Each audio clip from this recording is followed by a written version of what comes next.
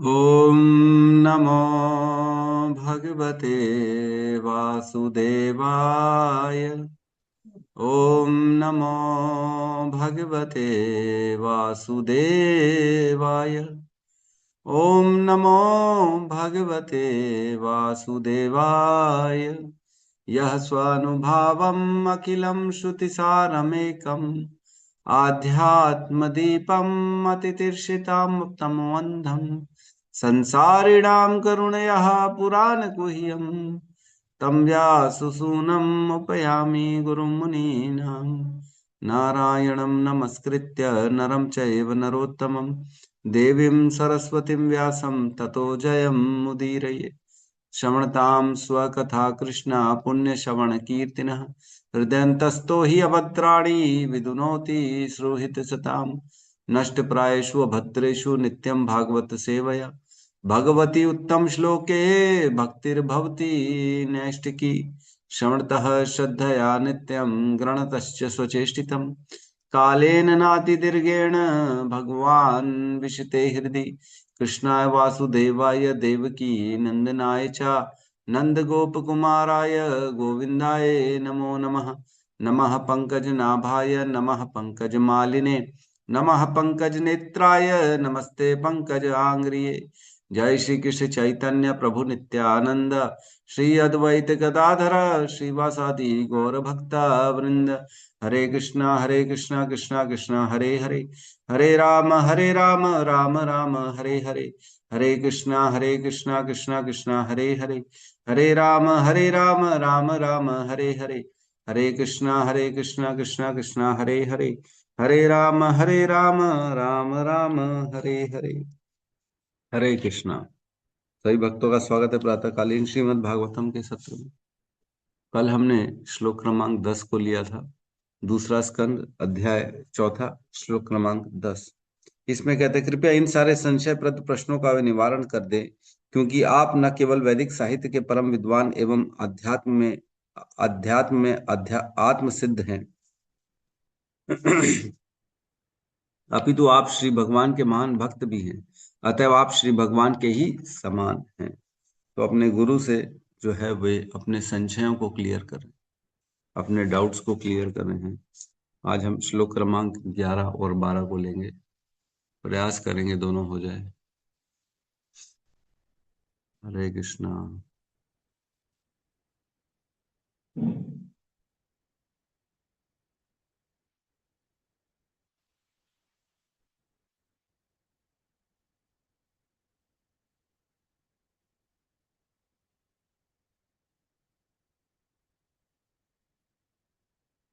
Clear है? जी प्रभु जी। श्लोक क्रमांक 11। अब सूत गोस्वामी जवाब दे रहे हैं। शौनक आदि ऋषियों ने सब कुछ कह दिया।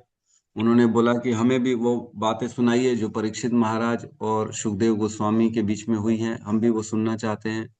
क्योंकि वो जो सुनता है उसका जीवन सफल रहता है, जो नहीं सुनता है उसके कान कैसे हैं, सांप के बिल के समान है, उनकी जबान कैसी है, मेंढक के समान है। जो नहीं सुनता है उनका जीवन वृक्ष के समान है। वृक्ष भी तो जीते हैं, वैसे ही जीते हैं ये भी। और जैसे धौंकनी सांस लेती है वैसे ही वो सांस लेते हैं। जैसे पशु खाते हैं और मैथुन करते हैं, वैसे ही वो भी खाते और मैथुन करते हैं, जो भगवान के भक्ति नहीं करते, भजन नहीं करते। और उनके सरों में रेशमी पगड़ी जो है वो भार के समान है, जो उनको इस भव सागर में डुबाने के लिए है ना। और जो भगवान के तुलसी तुलसी दल को नहीं सूंघते, वो उनके जो है मृत शरीर के समान है। भले उनके हाथ में सोने के कंगन क्यों ना लगे हों, वो केवल एक शव के समान है। तो इस प्रकार से उन्होंने बहुत ही सुंदर जो है वर्णन किया। जो भगवान के भजन नहीं करते उनका गुणगान कौन करते हैं? कुत्ते, गधे, ऊंट और सुअर, ये लोग चारों मिलके उनका गुणगान करते हैं, जो भगवान का भजन नहीं करते हैं। और क्या कहते हैं कि ये हमारे जैसे ही तो हैं, इन्होंने हमारे जैसे सारे गुण अपने अंदर प्राप्त कर लिए हैं। तो इस प्रकार की वर्णन करके जो है, जो भगवान का जो है कीर्तन सुन के, भगवान का कथाएं सुन के जिनका हृदय प्रेम आश्रित न हो जाए, प्रेम आश्रुओं से न भर जाए, जो इनका शरीर रोमांचित न हो जाए, उनका हृदय अवश्य ही फौलाद के समान। तो इस तरह का वर्णन हुआ।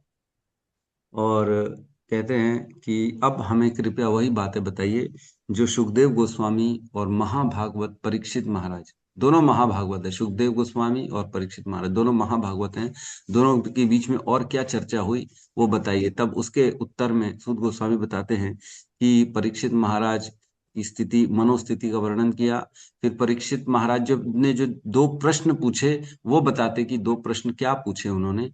पहला प्रश्न था सृष्टि कैसे हुई, और दूसरा प्रश्न था भगवान अपनी शक्तियों से कैसे तीनों गुणों को धारण करके भी तीनों गुणों को अस्पृश करते हुए सृष्टि का संहार और पालन करते हैं। तो इस तरह से प्रश्न पूछा। अब उसके उत्तर में सूत गोस्वामी यहाँ पे जवाब देते हैं। ठीक है। श्लोक क्रमांक 11, अध्याय 4, स्कंद 2, सृष्टि प्रक्रम। इति सूत उवाच। सूत उवाच सूत उवाच इत्युपमन्त्रितो राज्ञा इत्युपमन्त्रितो राजा आज्ञा गुणानुकथने हरे कथने हरिः ऋषिकेशम् अनुस्मृत्य ऋषिकेशमनुस्मृत्य प्रवृत् प्रतिवक्तुं प्रचक्रमे। प्रतिवक्तुं प्रचक्रमे। सूत उवाच सूतोवाच इत्युपमित्रितो राज्ञा इत्युपमन्त्रितो राज्ञा गुणानुकथने हरे गुणानुकथने हरे ऋषिकेशमनुस्मृत्य ऋषिकेशमनुस्मृत्य प्रतिवक्तुं प्रचक्रमे। प्रतिवक्तुं प्रचक्रमे। चक्रमे श्रीयुत उवाच उवाच इत्युपमन्त्रितो राज्ञा इत्युपमन्त्रितो राज्ञा गुणानुकथने हरेः गुणानुकथने हरे ऋषिकेशमनुस्मृत्य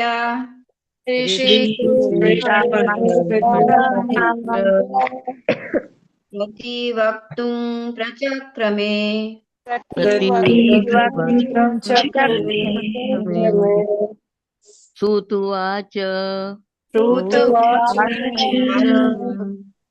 इत्युपमन्त्रितो राज्ञा इत्युपमन्त्रितो राज्ञा गुणानुकथने हरे गुणानुकथने हरे ऋषिकेशमनुस्मृत्य ऋषिकेशमनुस्मृत्य प्रतिवङ्क्तु प्रचक्रमे।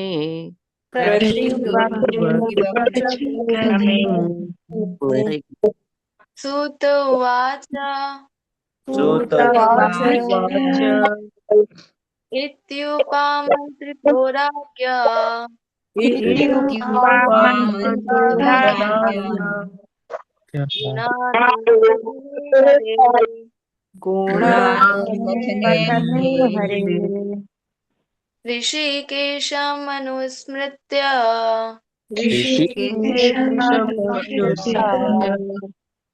प्रतिवक्तुं प्रचक्रमे।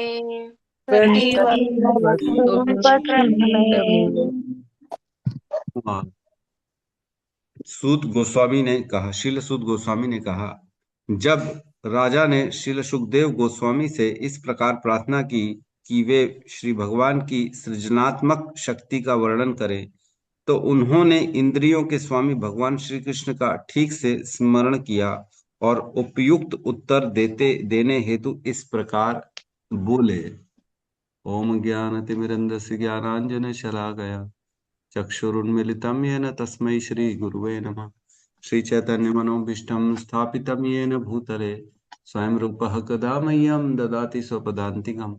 वन्देऽहं श्रीगुरु श्रीयुतपदकमलं श्रीगुरून् वैष्णवांश्च श्री रूपम सागर जातम सहगन रघुनाथान्वितम तम सजीवम साधवैतम सावधूतम परिजन सहितम कृष्ण चैतन्य देवम श्री राधा कृष्ण पादान सहगन ललिता श्री विशाखान्वितांश्च हे कृष्ण करुणा सिंधु दीन बंधु जगतपते गोपेश गोपिका कांता राधा कांत नमस्तुते तप्त कांचन गौरांगी राधे वृंदावनेश्वरी वृषभानुसुते देवी प्रणमामि हरिप्रिये वाञ्छाकल्पतरोभश्च कृपा सिन्धुभ्य एव च पतितानां पावनेभ्यो वैष्णवेभ्यो नमो नमः नमो विष्णुपादाय कृष्णपृष्ठाय भूतले श्रीमते भक्तिवेदांत स्वामीति नामिने नमस्ते सारस्वते देवे गौरवाणी प्रचारिणे निर्विशेष शून्यवादी पाश्चात्य देशतारिणे जय श्री कृष्ण चैतन्य प्रभु नित्यानंद श्री अद्वैत गदाधर श्रीवासादि गौर हरे कृष्णा कृष्णा कृष्णा हरे हरे हरे राम राम राम हरे हरे हरे कृष्णा। तो यहाँ बता रहे हैं कि जब उनसे प्रश्न पूछा किन्होंने, जब परीक्षित महाराज ने सुखदेव गोस्वामी से प्रश्न पूछा तो सुखदेव गोस्वामी ने भगवान का स्मरण किया पहले और उपयुक्त उत्तर देने हेतु इस प्रकार बोले। पहले भगवान का स्मरण किया, है ना। इति उपामंत्रितो राज्ञा। इति मीन्स इस प्रकार, जब इस प्रकार पूछा गया। उपामंत्रितः मीन्स प्रार्थना करना, अनुरोध किया जाना, है ना। इस प्रकार राजा के द्वारा प्रार्थना किया गया या पूछा गया, जो प्रश्न पूछे गए वो पूछने के बाद गुणानुकथने हरे। कौन से प्रश्न थे? भगवान के गुणों की कथन, उनकी कीर्ति, उनके बारे में जब प्रश्न पूछा गया, तब ऐसे प्रश्नों के पूछने के बाद गुणानु हरे कथने हरे, भगवान के गुणों के बारे में जो प्रश्न किया, उसके बारे में प्रश्न जो पूछा, उसके बारे में, उसके बाद क्या किया उन्होंने, सुखदेव गोस्वामी ने ऋषिकेशम अनुस्मृत्य। ऋषिकेशम क्यों बोला गया? केशवम क्यों नहीं बोला गया? पुरुषोत्तम क्यों नहीं बोला गया? और भगवान के तो 50 नाम है ना। तो ऋषिकेशम क्यों बोला गया? क्योंकि भगवान इंद्रियों के स्वामी हैं। हमारी सारी इंद्रियों भगवान के अधीन है, हमारे अधीन नहीं है। यद्यपि हमें लगता है कि इंद्रियां हमारे अधीन है, लेकिन एक्चुअली वो भगवान के अधीन है। भगवान ही हमारे इंद्रियों के स्वामी हैं। सर्वोपाधि विनिर्मुक्तम तत्परत्वेन निर्मलम ऋषिकेण ऋषिकेश सेवनम भक्तिर उच्यते। भक्ति किसे कहते हैं?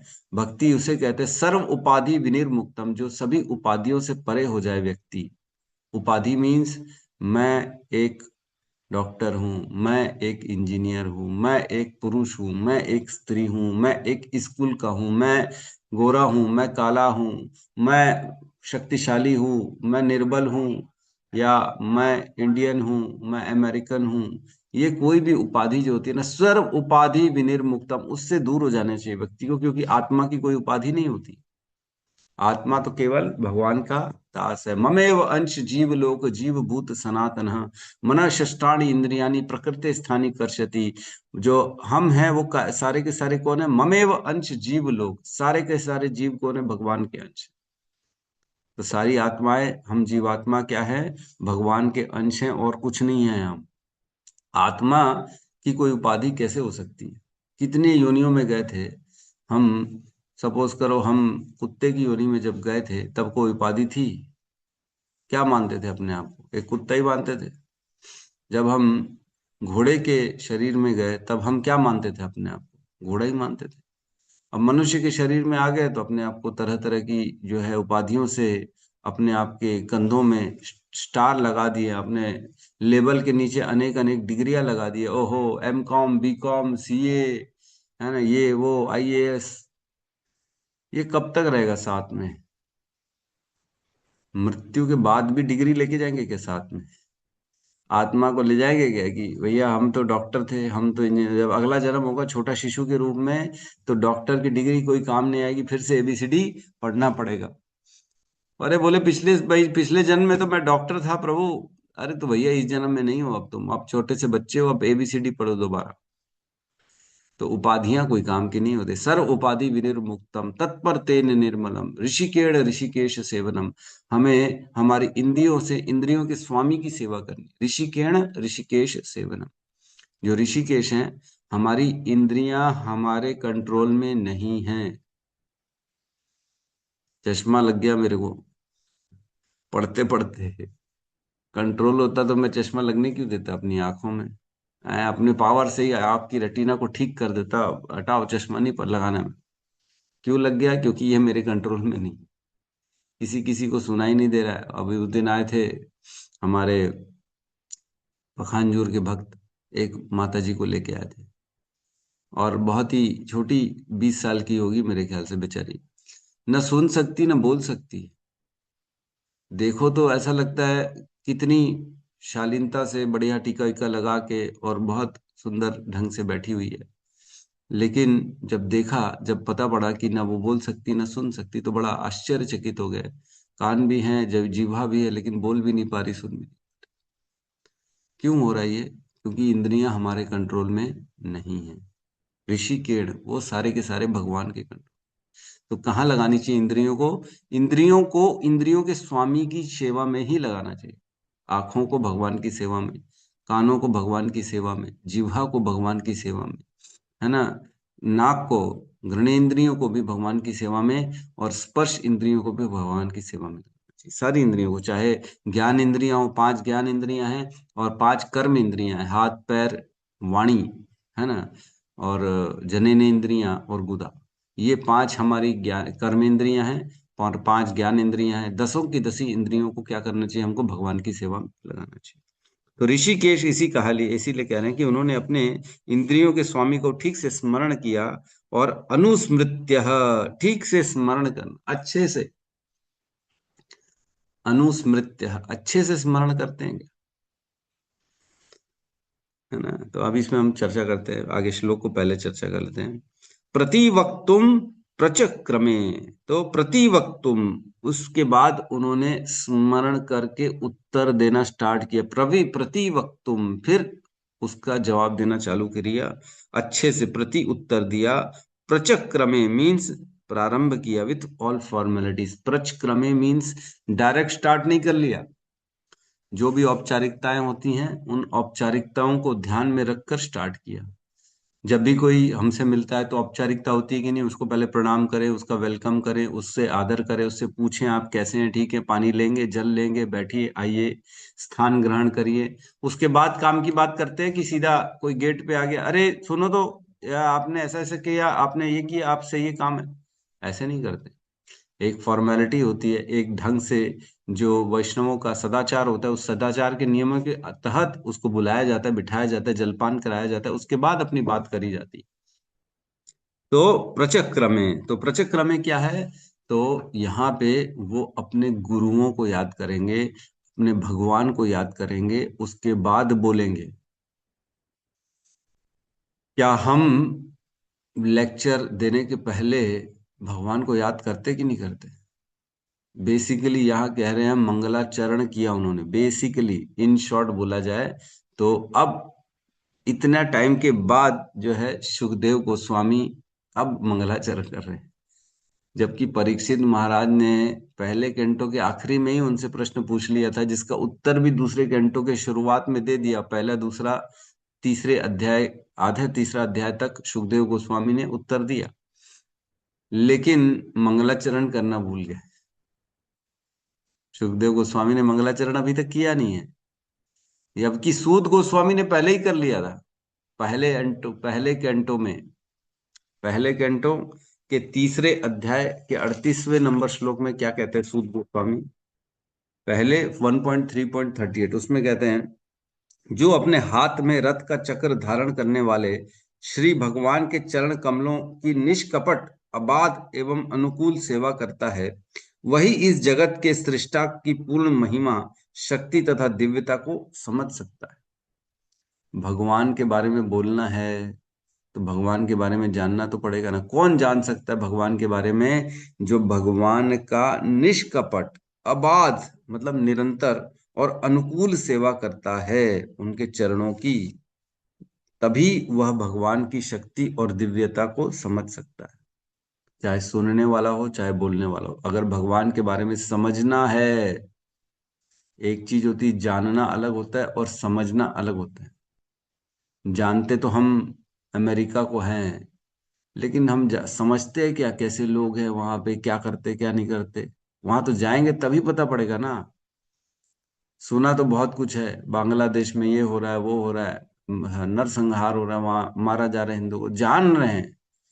लेकिन जब जाएंगे तब समझेंगे कि वाकई में क्या स्थिति है वहां की। तो समझ सकते हैं, कब समझ सकते हैं, जब हम उनके चरण कमलों में निरंतर और अनुकूल उनकी सेवा करेंगे, वही इस जगत को समझ सकते हैं। और कोई नहीं समझ सकता। जो भगवान का स्मरण करे, भगवान के प्रति अपनी निष्ठा रखे, वही समझ सकता है भगवान। तो यहाँ पे सुखदेव गोस्वामी अपना उत्तर देने के पहले भगवान का स्मरण कर रहे हैं, अपने गुरुओं का स्मरण करेंगे, मंगलाचरण करेंगे। हमें ये याद रहना चाहिए कि मैं अपनी शक्ति से कुछ नहीं बोल रहा हूं। मैं बोल रहा हूं और आपको समझ में आ रहा है। कैसे समझ में आ रहा है? ये समझ में आ रहा है, एक ही क्लास में 30 बच्चे, टीचर वही जो सबको एक ही शिक्षा दे रहा है, लेकिन कोई फर्स्ट आ रहा है कोई फेल हो रहा है। ऐसा क्यों हो रहा है? सुन तो सब रहे, किसी को पूरा समझ में आ रहा है, किसी को समझ में नहीं आ रहा है। क्यों समझ में नहीं आ रहा है? तो हमें जब भी हम लेक्चर दें, मंगलाचरण करें, अपने गुरुओं का स्मरण करना चाहिए, क्योंकि हम में शक्ति नहीं है। हम गुरुओं को, देवताओं को, भगवान को स्मरण करते मंगलाचरण में। इतना लंबा मंगलाचरण हम क्यों करते? 3-3 4-4 श्लोक बोलते बैठ के, है ना। उसके बाद अनुवाद के बाद अलग मंगलाचरण बोलते हैं, भागवतम का अलग मंगलाचरण बोलते हैं, है ना। यह स्वानुभावम अखिलम श्रुति सारम एकम आध्यात्म दीपम अतितीर्षिताम तम वंदम संसारिणाम करुणया पुराण गुह्यम तम व्यास सूनम उपयामि गुरु मुनि नाम। हे मेरे गुरु व्यास सूनम, व्यास सूनम मीन्स व्यासदेव के पुत्र सुखदेव गोस्वामी, आप गुरु हैं। आपको प्रणाम कर रहा हूं। आपने जो यह पुराण हमारे सामने लाया है, अब इसकी चर्चा होने वाली है, तो आपका आशीर्वाद सबसे पहले मेरे को जरूरी है। हम सबसे पहले सुखदेव गोस्वामी का आशीर्वाद लेते हैं, फिर उसके बाद नारायणम नमस्कृत्य, फिर भगवान को याद करते, नारायणम नमस्कृत्य, हे भगवान आपको प्रणाम करते। नरम चैव नरोत्तमम, आप भगवान का आशीर्वाद लेते हैं। इस प्रकार लाइन से सबका सबका धीरे धीरे गुरु का। फिर जब अनुवाद हो जाता है तब बोलते ओम अज्ञान तिमिरंधस्य ज्ञानांजन शलाकाय चक्षुरुन्मीलितम येन तस्मै श्री गुरुवे नमः। जो हमारे इस अज्ञान को दूर करते हैं, हमें ऐसी आंखें दे दी है जो हम पुराण को समझ सकते, पढ़ सकते हैं, ऐसे गुरु को मैं प्रणाम करता हूँ, जिसने अंधकार से निकाल के मुझे उजाले में ला दिया। पहले अंधकार था कि नहीं? क्या खा रहे थे, क्या पी रहे थे, पाप कर रहे थे, दूसरों जीवों के प्रति हिंसा कर रहे थे। क्या ज्ञान था तब? तब तो मजे ले लेते थे ना। अरे क्या बना है, मसालेदार, वाह, टंगड़ी खींचो, बॉटल लगाओ, ग्लास लगाओ, पैक बनाओ। तब तो लग रहा था जीवन एंजॉय करने के लिए मिला है। लेकिन अब आंखें खोल दी हमारे गुरु ने। उन्होंने हमें सही रास्ता दिखा दिया है कि नहीं नहीं, ये गलत है। ये जिसे हम सुख समझ रहे हैं वो एक्चुअल में पाप है, इसको भोगना पड़ेगा। अवश्य में भोक्तव्यम कृतम कर्म शुभाशुभम नश्यते भुक्ते कर्म कल्प कोटि शतैरपि। कोटि कल्प के बाद भी वह कर्म खड़ा रहेगा जो हम करेंगे आज किसी के भी प्रति, उसको हमको भोगना पड़ेगा। पहले नहीं मालूम था, अब मालूम पड़ गया। तो गुरु को प्रणाम करते, क्यों? क्योंकि गुरु ने हमारी आंखें खोल दी, सही रास्ता दिखा दिया। इस प्रकार फिर हम षड गोस्वामियों को प्रणाम करते, जिन्होंने इतने सारे शास्त्रों का टीकाएं लिखी जो हमें समझने में आसानी होती है ना। हमारे जो सनातन गोस्वामी, जीव गोस्वामी, है ना, रूप गोस्वामी, अनेक अनेक सारे गोस्वामी, गोपाल भट्ट गोस्वामी, है ना, सारे छठ गोस्वामियों को हम प्रणाम करते हैं। और उसके बाद फिर धीरे धीरे अपने गुरु को प्रणाम करते, शील प्रभुपाद को प्रणाम करते। इन सबों के आशीर्वाद के बिना हम कोई भी लेक्चर नहीं बोल सकते। भगवान के ग्रंथों को, भगवान की कथाओं को, भगवान के कीर्तन को बोलने के लिए सबका आशीर्वाद आवश्यक है, क्योंकि भगवान ही सुनने वाले के हृदय में बैठे हैं। भगवान को प्रार्थना करेंगे तभी हमारे शब्दों में इतना बल आएगा कि सुनने वाले के हृदय तक वो प्रवेश कर सके। सुन तो सब रहे हम, लेकिन परिवर्तन कुछ ही लोगों के सुनने से आता है। सबका सुनने से परिवर्तन आता है क्या जीवन में? नहीं आता। अरे नहीं आता। लेकिन कुछ कुछ लोगों का सुनते हैं ना तो ऐसा लगता है अरे बाप रे, दिल में बात एकदम प्रवेश कर गई है यार, कितनी सही बात बोल दी। वही बात टीवी में सुनेंगे, दूसरों के प्रवचन में सुनेंगे, समझ में नहीं आएगा, इसको इम्पोर्टेंस नहीं देंगे, लेकिन किसी एक स्पेसिफिक व्यक्ति के मुख से सुन के हमारे हृदय में वो छू जाती है और ऐसा लगता है ये कितनी सही बात कर दी इसने। क्यों हुआ ऐसा? क्यों हुआ? क्योंकि भगवान की कृपा है उनके शब्दों में। उनके शब्दों में प्रभाव है। वो प्रभाव कहाँ से आया? वह भगवान की, उसके बाद गुरुओं की, उनके बाद आचार्यों की आशीर्वाद लिया है, तभी उनके शब्दों में प्रभाव आया है और वह प्रभाव हमारे हृदय तक पहुंच गया है। और वह प्रभाव के कारण हम अपने जीवन को, उसको परिवर्तन करने के लिए तैयार हो जाते हैं। शब्द बोलना है, कोई भी बोल रहे हैं। भगवत गीता तो 50 हैं बाजार में, लेकिन हमें केवल प्रभुपाद की भगवत गीता पढ़नी है। केवल प्रभुपाद, बीबीटी, भक्ति वेदांत बुक ट्रस्ट जो छाप रही है, वही भगवत गीता यथारूप पढ़नी है। श्रीमद् भागवतम भी केवल प्रभुपाद की पढ़नी है। क्यों? क्योंकि प्रभुपाद एक शुद्ध भक्त थे। उन्होंने परिवर्तन ला दिया। उन्होंने केवल 10 सालों में पूरे पृथ्वी के इतने सारे चक्कर लगा दिए और उसके बाद जो है इतने सारे मंदिर बना दिए, लोगों का जीवन परिवर्तन कर दिया। रशिया के लोग, अमेरिका के लोग, लंदन के लोग, इतने सारे लोगों ने अपने जीवन, अपनी अपनी जो वेशभूषा है, अपना जो कल्चर है, अपना जो लैंग्वेज है, अपना जो खान पान है, अपने रिश्तेदार है, अपने परिवार है, सबको छोड़ दिया प्रभुपाद के लिए। क्या हम अपना घर छोड़ सकते हैं? क्या हम अपनी कोई एक आदत छोड़ सकते हैं? नहीं छोड़ सकते। लेकिन प्रभुपाद की वाणी ने लोगों का जीवन बदल दिया। आज भी इंडिया में देखो, मायापुर में कहाँ कहाँ से बोलते हैं 80 से ज्यादा कंट्रीज के लोग केवल और केवल मायापुर में रहते हैं।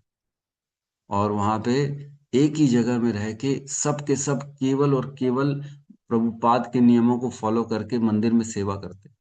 80 से ज्यादा अलग अलग वैरायटी के लोग हैं, जिनका कल्चर अलग है, लैंग्वेज अलग है, रिश्तेदार अलग है, रहन सहन अलग है, एटमॉस्फियर अलग है। वहां सब उन्होंने छोड़ के मायापुर में आ गए भगवान की सेवा के लिए।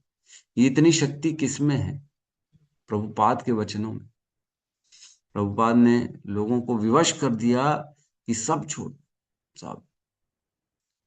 तो जॉर्ज हैरिसन थे, बीटल ग्रुप था, बीटल ग्रुप, उसके जॉर्ज हैरिसन थे, बड़े पैसे वाले थे उस समय अमेरिका में। तो उन्होंने प्रभुपाद की शरण ग्रहण कर ली और इतना समर्पित हो गए कि उन्होंने नया नया एक मेंशन बनाया था। शायद लंदन की बात है ये, अमेरिका की नहीं, लंदन की बात है। तो उन्होंने अपना नया नया मेंशन जो था, बंगला बनाया था, बहुत बड़ा बंगला, वो पूरा का पूरा करोड़ों का बंगला प्रभुपाद को दे दिया, पूरा का पूरा। वहीं पे ही प्रभुपाद ने भगवान कृष्ण लंडनेश्वर ऐसा राधा लंडनेश्वर मंदिर बनाया वहां पे, उसी मेंशन में। तो इतना प्रभाव आ गया प्रभुपाद की। हम जानते हैं अमरीशा दास जो है, एल्फ्रेड फोर्ड, जो फोर्ड कंपनी के मालिक हैं, है ना, उनके दादा थे हेनरी फोर्ड। हेनरी फोर्ड ने फोर्ड को बनाया और अब उनके पोते एल्फ्रेड फोर्ड उनको चला रहे हैं। तो प्रभुपाद जब मिलने गए तो उनके पास 2 ही मिनट का समय था। बोले 2 मिनट का समय है, जो बोलना है स्वामी जी बोलो, मैं बहुत बिजी रहता हूँ। तो 2 मिनट में क्या बोलते प्रभुपाद? तो 2 मिनट में केवल उन्होंने प्रश्न पूछा, हेनरी फोर्ड कहाँ है? Where is Henry Ford? Do you know? तो अल्फ्रेड फोर्ड बोले नहीं, आई डोंट नो। फिर उन्होंने दूसरा प्रश्न पूछा, वो अपने साथ क्या लेके गए? तो बोले कुछ नहीं लेके गए। तो बोले तुम क्या लेके जाओगे अपने साथ? बोले कुछ नहीं ले जाएंगे। तो प्रभुपाद बोले नहीं, कुछ तो लेके जाना है, कुछ तो लेके जाओगे। तो वो प्रश्न जो थे वो अल्फ्रेड फोर्ड के हृदय में ऐसे चुभ गए कि ये स्वामी जी को, मेरे को जो है ना, इन्हीं को फॉलो करना है। और उन्होंने उनको गुरु बनाया और 300 करोड़ से ज्यादा उन्होंने मायापुर में दान दे दिया, जो मायापुर में मंदिर बन रहा है उसमें। तो इस तरह जब हम भगवान का स्मरण करते हैं, गुरुओं का स्मरण करके कुछ बोलते हैं, तब हमारे वचनों में साक्षात भगवान का प्रभाव आ जाता है और सुनने वाले के हृदय को परिवर्तन कर देता है। जब भी लेक्चर लेना है या कुछ भी भगवान की वाणी बोलनी है, तो हमें गुरुओं का, भगवान का स्मरण करके उनसे प्रार्थना करनी चाहिए, हे भगवान, हे श्री कृष्ण, आप सबके स्वामी हो, सभी जीवों के आप स्वामी हो, सबके हृदय में आप परमात्मा के रूप में रहते हो। परमात्मा में के रूप में रहते हुए क्या कार्य करते हो? उनको ज्ञान देने का कार्य आप ही करते हो, उनको याद दिलाने का कार्य आप ही करते हो, उनको भुला देने का कार्य आप ही करते हो। ज्ञान दे रहे, मैं कुछ बोल रहा हूं और आपको समझ में आ रहा है, तो ये कैसे हो रहा है? भगवान हृदय में बैठे हुए हैं और वो हमको समझने के लिए परमिशन दे रहे हैं, तब हम समझ पाते, अदरवाइज नहीं समझ पाते। तो जब समझते हैं तो इसके पीछे कौन है? कृष्ण है। और क्यों है कृष्ण? समझने क्यों दे रहे हैं? क्योंकि हम प्रार्थना कर रहे हैं भगवान की, भगवान से विनती कर रहे हैं, भगवान मेरे शब्दों को कृपया इनको समझने दें। तब भगवान अनुमति देते हैं, ठीक है चलो सुन समझा देते हैं। है कि नहीं? आज अगर मैं आपको बोलूं आस्टा ला विस्टा, समझ में आएगा कि क्या? अरे क्या बोले प्रभु जी, क्या बोले? आस्टा ला विस्टा क्या होता है? तो ये एक लैंग्वेज में बाय बाय टाटा को आस्टा ला विस्टा बोलते हैं। तो समझ में किसी को नहीं आया, लेकिन मैं उस कंट्री में जाके बोलूंगा तो सबको समझ में आ जाए, अरे हाँ, अरे बाय बाय, सब बोलेंगे ये। अरे क्यों ऐसा? क्यों हमको क्यों नहीं समझ में आ रहा है? क्योंकि हमने कभी सुना नहीं, जानते नहीं उसके बारे में। तो भगवान हमारे वचनों को समझने की शक्ति हमको देते हैं, हमको ऐसे समझ में नहीं आता। कहने का अर्थ यह है, इन्होंने क्या किया, अब मंगलाचरण करना स्टार्ट किया। अब यहाँ पे तो श्लोक क्रमांक 12 से लेके श्लोक क्रमांक 24 तक 13 श्लोकों में अब सुखदेव गोस्वामी मंगलाचरण करेंगे। इसमें तात्पर्य में आखिरी की कुछ लाइन में लिखा है, कोई भी स्वतंत्र भाव से कर्म करने हेतु मुक्त नहीं है। हम स्वतंत्र कार्य नहीं कर सकते हैं।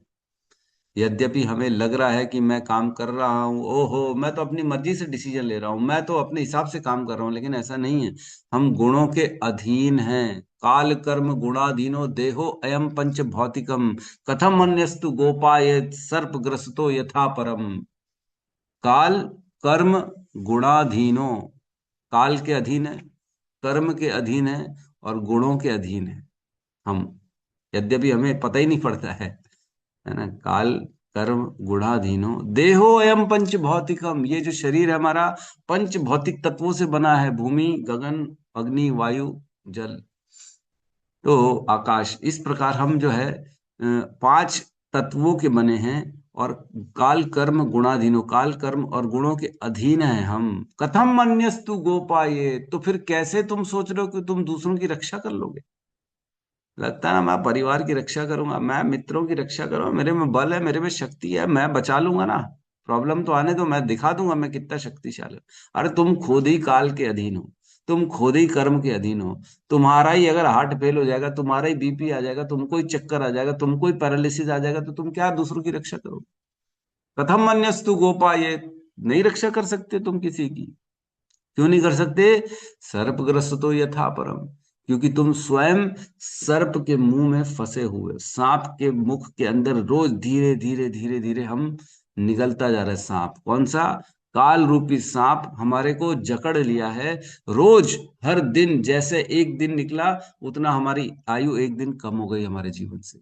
तो रोज एक एक करके वो सर्प हमारे को निगल रहा है, और किस दिन पूरे के पूरे हम उसके अंदर चले जाएंगे पता ही नहीं पड़ेगा। मृत्यु आ जाएगी, बचेंगे थोड़ी फिर। सर्पग्रस्त तो यथा परम। तो कह रहे हैं कोई भी स्वतंत्र भाव से कर्म करने हेतु मुक्त नहीं है, अतः मनुष्य को सदा कर्म करने, खाने या बोलने की अनुमति श्री भगवान से लेनी चाहिए। कर्म करने की, सदा कर्म करने की, खाने या बोलने की अनुमति श्री भगवान से लेनी चाहिए। जब भी कोई कर्म करें, हम हमेशा जैसे कोई काम करते हैं, अच्छा भगवान को स्मरण करते हैं कि नहीं? गृह प्रवेश हो रहा है तो पहले भगवान को बुला लो, भैया यज्ञ हवन कर लो, है कि नहीं? बच्चों की शादी हो रही है तो पहले यज्ञ बुलाओ, पंडित को बुलाओ, मंत्र पढ़ेंगे, भगवान देवताओं का आशीर्वाद लेंगे, तब जाके शादी संपन्न होगी। इस तरह से होता है कि नहीं होता है? तो ये मोटा मोटी करते हैं, लेकिन जो वैष्णव होते हैं वो सदा हर काम के पहले भगवान का स्मरण करते हैं। जब भी हमारी मीटिंग हो, जब भी हमसे कोई चर्चा करनी हो, तो हम पहले भगवान का मंत्र बोलते ही हैं, हरे कृष्णा कृष्णा कृष्णा हरे हरे, हरे राम राम राम। भगवान को स्मरण किया, फिर कार्य में लगे। तो इस प्रकार सदा कर्म करने, खाने खाने के भी पहले भगवान का मंत्र बोलते हैं कि नहीं? महाप्रसादे गोविंदे नाम ब्राह्मण वैष्णवे स्वल्प पुण्यवतम राजन विश्वास ने बजाए थे। तो इस तरह से खाने के पहले भी भगवान से परमिशन ली जाती, क्योंकि खाना पका कौन रहा है पेट में? वैश्वनार। भगवान कहते हैं मैं सबके पेट में जठराग्नि मैं हूं, मैं ही खानों का रस दे रहा हूं, मैं ही उनको पचाने की शक्ति भी हूं। जीवा का रस भी भगवान है, खाने में जो रस डाला है भोजन में चंद्रमा के थ्रू, वो भी भगवान है, और जो पेट में जठराग्नि चल रही है वो भी भगवान है। तो हम तो हर चीज के लिए भगवान पे डिपेंडेंट है कि कौन सी चीज के लिए डिपेंडेंट नहीं है? खा नहीं सकते अगर भगवान की परमिशन हो तो। ऐसे बहुत से लोग हैं बेचारे खा नहीं पा रहे, बीपी शुगर अल्सर ये वो पता नहीं कौन कौन सी बीमारी है, बेचारे खा नहीं पा रहे। अरे प्रभु ये मना है, प्रभु वो मना है, प्रभु ये मना है, नहीं खा सकते। नहीं खा सकते क्यों? क्योंकि भगवान नहीं जाना, नहीं खिलाना देना चाहते हैं उनसे। तो हमें हर चीज में भगवान से परमिशन लेनी चाहिए, या बोलने की अनुमति लेना चाहिए। बोलने की भी अनुमति बोलनी चाहिए भगवान से। जो लेक्चर देता है, जो भगवान का भगवत गीता भागवतम का वर्णन करता है और भगवान की परमिशन नहीं लेता है, उसके लेक्चर, उसके प्रवचनों में प्रभाव नहीं रहेगा। वो प्रभावशाली परिवर्तनशाली नहीं रहेंगे। उसको स्वयं को समझ में नहीं आएगा, न सुनने वाले को समझ में आएगा, न बोलने वाले के वचनों में प्रभाव रहेगा। अरे इवन जब भगवान बोलना चाह रहे थे दुर्योधन को, तब दुर्योधन को ही भगवान ने समझने नहीं दी। भगवान जब गए थे 5 गांव मांगने के लिए, है ना, मीडिएटर बन के दुर्योधन के पास, तो भगवान ने बोला दे दो 5 गांव, रखो धरती तमाम। है कि नहीं? बड़ा सुंदर वर्णन है उसमें। उसमें कहते हैं शांति दूत बन के गए थे, तो बड़ा सुंदर एक लिखा है, मैं पढ़ रहा हूं। दो न्याय अगर दो आधा दो, पर इसमें भी अगर बाधा हो, दे दो केवल 5 ग्राम, रखो अपनी धरती तमाम। हम वहीं सुख से खाएंगे, परिजन पर हंसी न उड़ाएंगे। लेकिन दुर्योधन वो भी दे न सका, आशीष समाज की ले न सका। उल्टे हरि को बांधने चला, जो था असाध्य वो उसे साधने चला। जब नाश मनुज पर छाता है, पहले विवेक मर जाता है। हरि ने भीषण हुंकार किया, अपना स्वरूप विस्तार किया। दगमग दगमग दिग्गज डोले, भगवान कुपित होकर बोले, जंजीर बढ़ाकर साध मुझे, हाँ हाँ दुर्योधन बांध मुझे। तो जब भगवान शांति दूत बनकर गए थे, तब दुर्योधन को उनकी 5 गांव देने की वचन भी उनको समझ में नहीं आया। दुर्योधन बोल रहा है, भाई दुर्योधन बोलता भी है कि मेरे को आपकी बात ठीक लग रही है, लेकिन मैं जो है ये हृदय से एक्सेप्ट नहीं कर पा रहा हूं कि मैं उनको 5 गांव दे दूं, मैं नहीं दे सकता। हृदय में कौन बैठा है? कृष्ण बैठे। सामने कौन है? कृष्ण। कृष्ण बोल रहे हैं, लेकिन कृष्ण उसके हृदय में बैठे हैं, और वो कृष्ण, हृदय वाले कृष्ण, कृष्ण जो साक्षात बैठे उनकी बात समझने नहीं देना चाह रहे हैं। ये कौन कर रहा है? ये कृष्ण कर रहे हैं। कृष्ण ही अपनी बात को दुर्योधन को समझने नहीं देना चाह रहे हैं। ये लीला चल रही है भगवान। युधिष्ठिर दुखी हो गए, बोले ये इतने सारे लोग मर गए, केवल मैं इनका कारण हूं, मुझे राजा बनना था ना, इसलिए इतने लाखों लोग मर गए। वो दुखी हो गए बड़े। कृष्ण समझा रहे हैं उनको कि नहीं नहीं ऐसा नहीं है, ये तो काल कर्म के कारण है और ये धर्म था, ये तो स्वाभाविक था। तो मानने को तैयार नहीं। कृष्ण समझा रहे हैं तो भी युधिष्ठिर नहीं समझ पा रहे। क्यों नहीं समझ पा रहे युधिष्ठिर? क्योंकि भगवान उनको हृदय से समझने देना नहीं चाहते। बड़े बड़े ऋषि आगे समझाने के लिए, तो भी युधिष्ठिर समझे नहीं। वो केवल भीष्म पितामह के पास ले जाना था कृष्ण को, इसलिए समझने ही नहीं देना चाह रहे थे। और जैसे एक भीष्म पितामह ने पूरा प्रवचन दिया, तब युधिष्ठिर जाके संतुष्ट हुए। क्यों? तब भगवान ने अलाउ किया उसको समझने देने के लिए। बाकी जगह भगवान ने अलाउ ही नहीं किया था युधिष्ठिर को कि तुम समझो। जितना भी सुनते थे वो दुखी रहते थे, वो बोलते नहीं नहीं तुमको नहीं मालूम, तुमको नहीं। तो ऐसा यहाँ पे भगवान से हमको अनुमति लेनी चाहिए, ताकि जो मैं बोल रहा हूँ वो सुनने वाले के हृदय तक पहुंचे और उसको परिवर्तन कर सके। ठीक है। इसमें लास्ट की लाइन में लिखते हैं, वह बद्ध जीव में होने वाले 4 प्रकार के दोषों के सिद्धांतों से मुक्त होता है। जो भगवान का आशीर्वाद लेता है वह 4 प्रकार के दोषों से मुक्त हो जाता है। कौन से 4 प्रकार के दोष? किसी को याद है? कौन से 4 प्रकार के दोष? केवल एक गौतम बुद्ध प्रभु का जो हैंड रेज है। 4 प्रकार के दोष बद्ध अवस्था में हर किसी के पास होते हैं। हर कोई वो 4 दोषों से ग्रस्त है बद्ध अवस्था में जो जो है। कौन से 4 दोष? चलो बोलिए, आप ही बोल दीजिए गौतम बुद्ध प्रभु। हरे कृष्ण प्रभु जी, दंडवत प्रणाम। प्रभु जी, शॉर्टकट आपने इंग्लिश में बताए थे, लेकिन हिंदी में याद है। हमारी तो पहले अपूर्ण इंद्रिया है, और हम्म हमारे में झूठ बोलने की प्रवृत्ति रहती है, दूसरों को धोखा देने की। हम्म और एम कैट था सर, एम कैट या एम आईसीआईसी, कैट नहीं है। एम आईसीआईसी, कैट तो धर्म के 4 पैर है। आईसीआईसी बताया था प्रभु जी। आईसीआईसी बराबर, आईसीआईसीआई बैंक से याद कर सकते हैं। आईसीआईसी, ये 4 प्रकार के दोष हैं। I for incomplete senses, C for cheating propensity, है ना।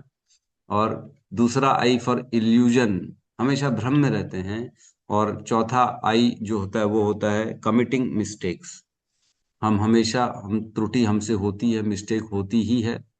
हमारी ये व्यवहारिक नेचर होता है चीट करने का। कहीं ना कहीं हम चीट कर ही देते हैं किसी न किसी को, जब मौका पड़ता है तब चीट कर देते हैं। और एक आई होता है इनकम्प्लीट सेंसेस, हमारी सेंसेस इनकम्प्लीट है। क्या हम एक्सरे देख सकते हैं? नहीं देख सकते। क्या हम कौन सी फ्रीक्वेंसी सुन सकते हैं? नहीं सुन सकते। क्या हम हर चीज सूंघ सकते हैं? नहीं, हर चीज नहीं सूंघ सकते हम। इनकम्प्लीट है हमारी सेंसेस। तो हम ऐसे इनकम्प्लीट सेंसेस से जो कार्य करेंगे वो कंप्लीट कैसे हो जाएगा? है कि नहीं? हम जो बोल रहे हैं, अगर हम सूर्य के बारे में बोलेंगे तो हम सूर्य के बारे में क्या जानते हैं जो बोल पाएंगे? तो हम जानते ही नहीं, इनकम्प्लीट हम उसके बारे में। तो जो इनकम्प्लीट स्वयं है, जिनकी इंद्रियां इनकम्प्लीट है, जो हमेशा भ्रमित रहते हैं, इल्यूजन में रहते हैं। क्या इल्यूजन में? ये मेरा है, वो मेरा है, मैंने प्राप्त किया है, ये शरीर में हूं, मेरे द्वारा पूरा नॉलेज अर्जित कर लिया गया है, अरे मैंने बड़ी बड़ी डिग्री हासिल कर ली है। तो ये इल्यूजन में, ये बहुत बड़ा भ्रम है कि मैं मैं यहाँ का मालिक हूँ, मैं स्वामी हूँ, मेरे घर का स्वामी मैं हूँ। ये क्या है? भ्रम है।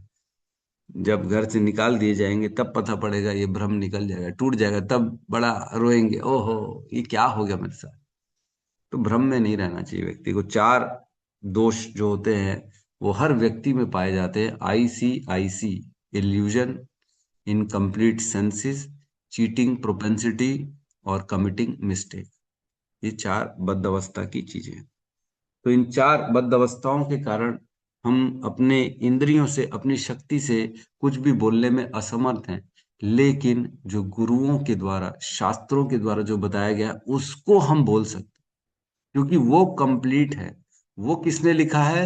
वो स्वयं भगवान ने लिखा है। भगवत गीता तो स्वयं भगवान ने बोला है, तो उसमें त्रुटि कहाँ से हो सकती है?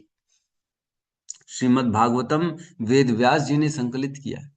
सुखदेव गोस्वामी जो भगवान के महान भक्त है, जो भगवान जैसे ही हैं, उन्होंने बोला है। जो 16 साल तक माँ के गर्भ से निकल नहीं रहे थे बाहर, क्योंकि बाहर बोले अरे बाहर आऊंगा तो वहां पे तो माया है, माया मेरी को फंसा देगी, मेरे को सब भुला देगी। तो भगवान ने आशीर्वाद दिया था, नहीं नहीं माया तुम्हें छू भी नहीं पाएगी, तुम बाहर आ जाओ। तब सुखदेव गोस्वामी बाहर आए थे और उन्होंने आशीर्वाद दिया था कि मेरे ज्ञान को जो है माया नहीं हरेगी, तब उस कंडीशन में आए थे बा। तो भगवान का ज्ञान सुखदेव गोस्वामी को पूर्ण है, उनको कोई भी प्रकार की उनके अंदर त्रुटि नहीं है, इसलिए तो वो नग्न अवस्था में घूम रहे थे, क्योंकि संसार से उनको कोई लेना देना नहीं था। आत्मा राम थे, वो अपने अंदर में ही आनंद प्राप्त कर लिए थे सुखदेव गोस्वामी, इसलिए संसार से उनको कुछ भी नहीं चाहिए था, विरक्त थे, तुरंत पैदा होते साथ जंगलों की ओर दौड़ गए, ना पिता ना माता, कुछ नहीं चाहिए। ऐसा कोई बच्चा देखा है पैदा होते साथ चला जाए, अरे नहीं मम्मा पापा आप मेरे को नहीं चाहिए, मैं जा रहा हूँ जंगल है। अरे बोले क्या कर रहा है बेटा। भगवान जैसे कोई स्त्री गर्भवती होती है ना, तो भगवान उसके हृदय में ममता उत्पन्न कर देते। अगर ममता उत्पन्न नहीं करेंगे तो वह स्त्री अपने बच्चे का पालन पोषण कर भी नहीं पाएगी। दूसरे के बच्चे के प्रति ममता होती है क्या? नहीं होती। वो खा रहा है कुछ भी, गंदगी कर रहा है, तो वह जान दे, हमको क्या, हमारा बच्चा थोड़ी।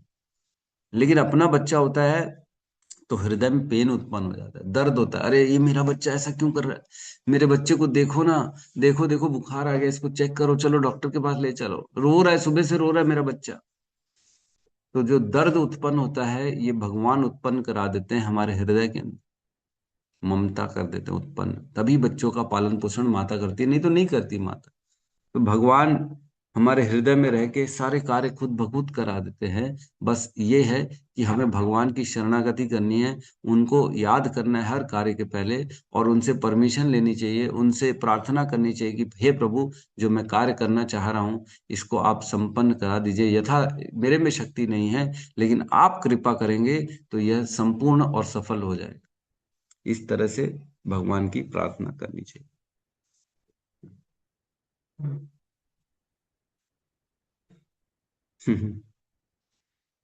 ठीक है, किसी का कोई प्रश्न है तो हम ले सकते हैं।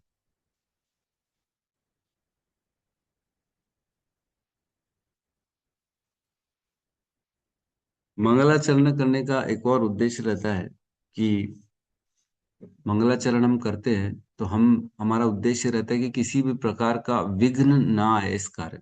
कोई भी कार्य जो हो जिसमें भगवान साक्षात आ जाते हैं तो वो निर्विघ्न संपन्न हो जाता है ना। हम जानते हैं कि हर जगह त्रुटि रहती है, लेकिन जब भगवान का नाम स्मरण हो तब वह जो है बिना किसी विघ्न के कंप्लीट हो जाता है। यस, कोई प्रश्न कर रहा था? गौतम बुद्ध प्रभु। हरे कृष्ण प्रभु जी, धन्यवाद। हाँ प्रणाम प्रभु जी, प्रभु जी। जैसे मंगलाचरण के बारे में बताया प्रभु जी, इस चीज को मैंने भी अनुभव किया प्रभु जी। मतलब जैसे हम अपने गुरुओं को, गुरु महाराज जी को जब से एक बार सेंटर में क्लास लेने बोले गए थे, तो मैं जब भी कुछ भी क्लास होता है तो आपसे ही कॉल करता, अनुमति जो लेता हूँ। लेकिन जैसे ही मतलब पहला जब क्लास था प्रभु जी, तो भक्त लोग ही बता रहे थे कि बहुत अच्छे से हुआ करके। तो वो कई बार ऐसा होता है हमको खुद पता नहीं होता कि हम किस कैसे क्लास ले रहे हैं, क्या बोल रहे हैं, कैसे। लेकिन जैसे गुरु की आज्ञा से बाकी हम जैसे स्मरण करते हैं तो बहुत अच्छे से हो जाता है प्रभु जी। हमको खुद ही नहीं पता चलता कि हम क्या बोल रहे हैं, कैसे बोल रहे हैं, लेकिन बाद में वो चीजें थोड़ा सा लगता है कि हाँ, गुरुओं की सब भगवान की कृपा है। जब हम मंगलाचरण बोलते हैं तो व्यास आसन जो होता है उसमें सभी हमारे गुरु आचार्य साक्षात हमारे ऊपर आशीर्वाद डालना चालू कर देते हैं, और हम अपनी शक्ति से नहीं बोलते। प्रभुपाद को बोला गया, प्रभुपाद आप अपना ही लेक्चर अपना ही खुद ही सुनते हो, क्या बात है? तो प्रभुपाद बोले ये मैं थोड़ी बोल रहा हूँ, ये तो भगवान बोलते हैं, मैं तो केवल उनके डिक्टेशन को बोलता हूँ, वो जो जो बोलते हैं फिर बाद में वो सुनते हैं, अरे ऐसा बोल दिया ऐसा बोल दिया। तो जो व्यास आसन में बैठता है ना, तो उसके मुख से एक्चुअल में गुरु की वाणी निकलती, गुरु लोग का आशीर्वाद रहता है। वह गुरु हो, आचार्य हो, शिक्षा गुरु हो, हैं, सुखदेव गोस्वामी हो, चैतन्य महाप्रभु हो, उन सब का आशीर्वाद निकलता है। इसलिए कई बार हम देखते हैं कि मैंने प्लानिंग तो कुछ करी लेकिन मुख से निकल कुछ और ही गया, पढ़ के जाते कुछ और, लेक्चर कुछ और देते। मेरे साथ तो बहुत बार हुआ, बहुत बार। अरे मैं पूरा का पूरा लेक्चर जिस टॉपिक पे बोलना चाहता था वो टॉपिक को उठाया ही नहीं, दूसरे टॉपिक पे पूरा लेक्चर हो गया, पता ही नहीं पड़ता। गुरुओं का आशीर्वाद से मतलब अलग ही चीज, अनुभव अलग हो जाता है एकदम। हम ये केवल रियलाइज्ड नॉलेज बोल सकते हैं, जो इसको रियलाइज करेगा वही बोल सकता है कि मैंने पढ़ा ही नहीं लेकिन मुंह से निकल गया, वो कभी पढ़ा नहीं था वो बात आ गई मुंह से। यस, कृष्ण चंद्रिका माता जी। हरे कृष्ण प्रभु जी, धन्यवाद, प्रणाम। प्रभु जी यही बोलना था, मतलब जो गौतम बुद्ध प्रभु जी ने बोला कि मतलब पता नहीं चलता कि कैसे निकल जाती सारी चीजें, मतलब समझ में नहीं आता कि मतलब मैं ये कैसे बोल दिया, ये कैसे सोच ली, इस टाइप का। तो वही है प्रभु जी, मतलब गुरु का आशीर्वाद है, और जो गुरु परंपरा है उनको याद करो तो फिर निकल जाती है। और प्रभु जी एक क्वेश्चन था, जैसे मुझे किसी ने पूछा था कि जैसे आप लोग मतलब ये मंगलाचरण में जैसे हम बोलते हैं, तो उसमें कि गणेश जी और सरस्वती जी को याद क्यों नहीं करते, क्योंकि वो तो प्रथम पूजनीय है, ऐसे करके। तो मैं बोली कि नहीं, हमारे में हम गुरु परंपरा को फॉलो करते हैं, और वो उनसे ही हम कंप्लीट हो जाती, क्योंकि कृष्ण जो है वो पूर्ण है करके। पर वो उतने सेटिस्फाई नहीं हुए थे मेरे आंसर से, तो मतलब कैसे करना चाहिए आंसर उसमें। हम तो सरस्वती को याद करते हैं ना, नारायणम नमस्कृत्य नरम चैव नरोत्तमम देवीम सरस्वतीम व्यासम ततो जयमुदीरये। सरस्वती को याद करते हैं कि नहीं करते? हाँ। लेकिन ये जी भौतिक जी प्रभु सरस्वती नहीं है, ये जो ब्रह्मा की पत्नी है सरस्वती, वो सरस्वती नहीं है। ये सरस्वती जी। आध्यात्मिक जगत की सरस्वती है। उनको हम याद करते हैं, हम भौतिक कुछ भी याद नहीं करते, जो आध्यात्मिक है उसी को याद करते हैं हम, उन्हीं को प्रणाम करते हैं। गणेश भी एक भौतिक है और एक आध्यात्मिक गणेश है।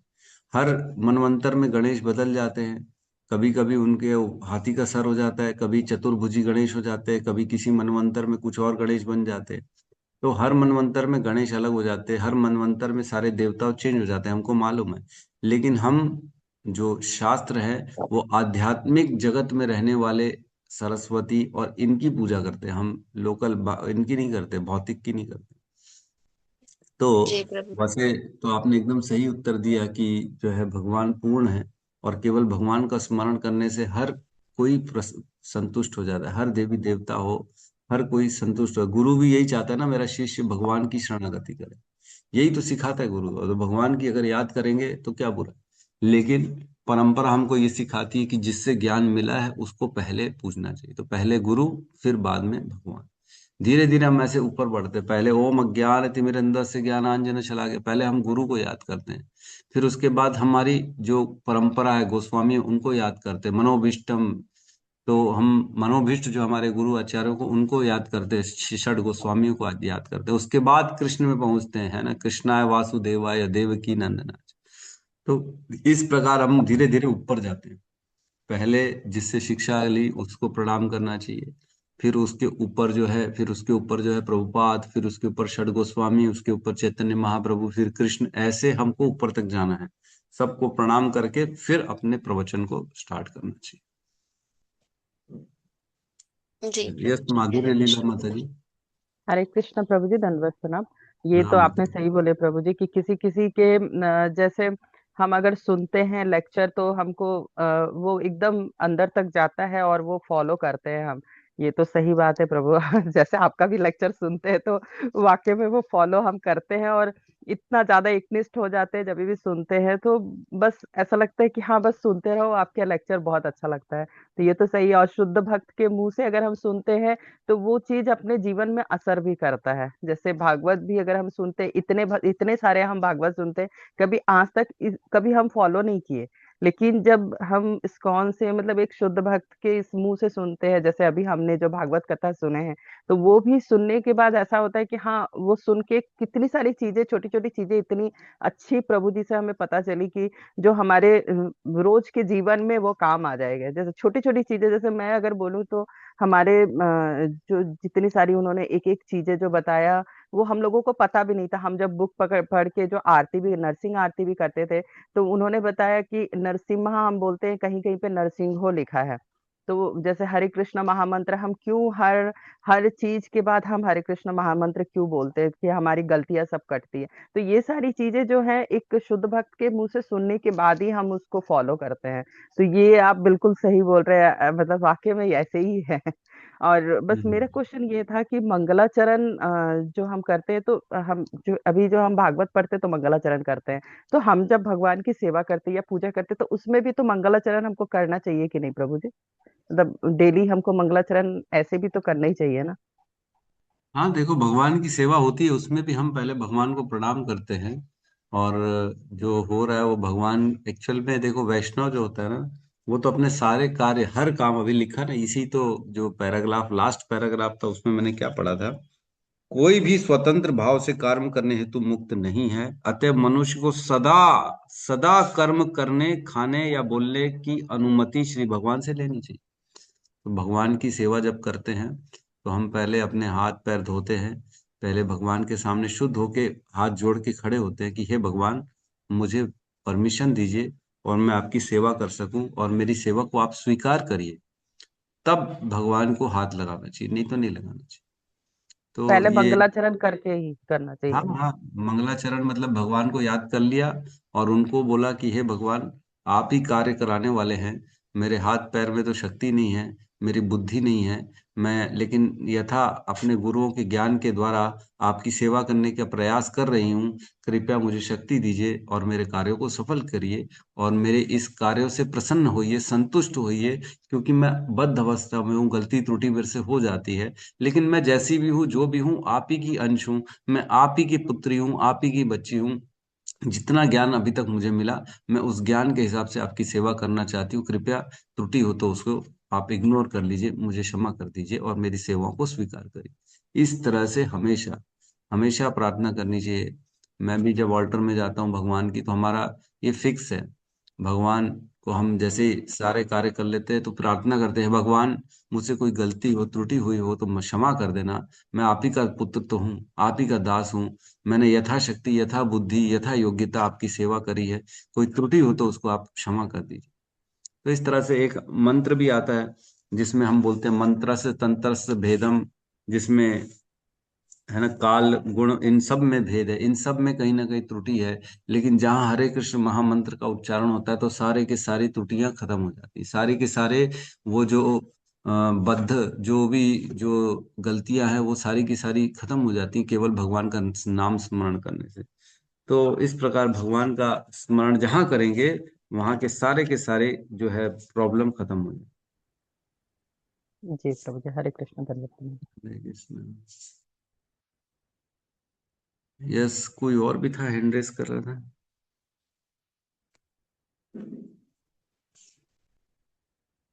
ठीक है। तो जी इसमें वो वाला श्लोक भी ले सकते हैं ना, मूकम करोति वाचाल वाला? नहीं, वो तो अलग है। एक वो श्लोक ढूंढ रहा हूँ जिसमें वो था ना, मंत्रस्य तंत्रस्य छिद्रम वाला। हम्म, वो बड़ा वो उपयुक्त है। प्रभु जी, और एक अपराध शस्त्राणी वाला भी तो बोल सकते हैं ना लास्ट में। कौन सा वाला? अपराध शस्त्राणी, जो क्षमा मांगते अपराध, हैं, जो अपराध हो गया। हाँ वो भी बोल सकते हैं, बिल्कुल सही कह रहे हैं, वो भी बोल सकते हैं। कोई गलती से कुछ अपराध हो जाए तो उसके लिए क्षमा मांगते ही हम। ठीक है, और मेरे को वो वो पाप, श्लोक। पापो हम पापात्मा, पाप कर्म संभव।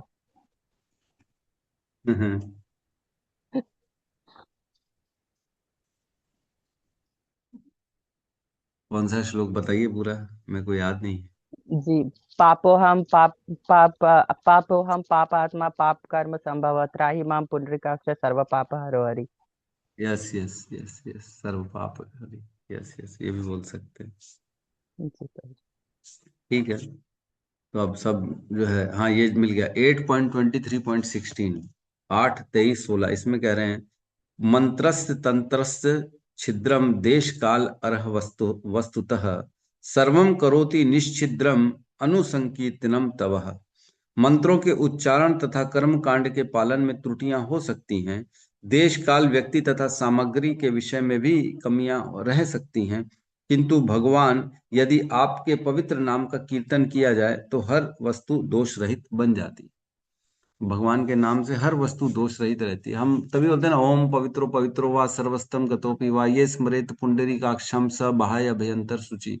भगवान का नाम में मात्र लेने से अंदर से और बाहर से वह पूर्ण रूप से शुद्ध हो जाती है ना। तो इस प्रकार भगवान का नाम लेने से हर चीज शुद्ध हो जाती है। ठीक है, तो बहुत बहुत धन्यवाद यहाँ पे सभी लोगों का। हम क्लास को आज के क्लोज करते हैं। सब मिलके हरे कृष्ण महामंत्र का उच्चारण करते हैं। हरे कृष्णा हरे कृष्णा हरे हरे कृष्णा कृष्णा कृष्ण कृष्ण हरे हरे हरे हरे राम राम राम राम हरे राम हरे। राम राम राम हरे हरे। हरे ग्रंथराज श्रीमद् भागवतम की जय। जय समस्त भक्त वृंद की जय। जय जय जगत गुरु शील प्रभुपाद की जय। जय। दाई गौर पे मनंदे हरि हरि बोल। हरी हरी बोल। हरे हरे हरे कृष्णा प्रभु जी, कृष्ण दंडवत प्रभु जी प्रणाम। दंडवत प्रणाम। हरे कृष्ण प्रभु जी। हरे कृष्ण प्रभु जी दंडवत प्रणाम। प्रणाम। हरे हरे कृष्ण प्रभु जी दंडवत प्रणाम। हरे कृष्ण प्रणाम।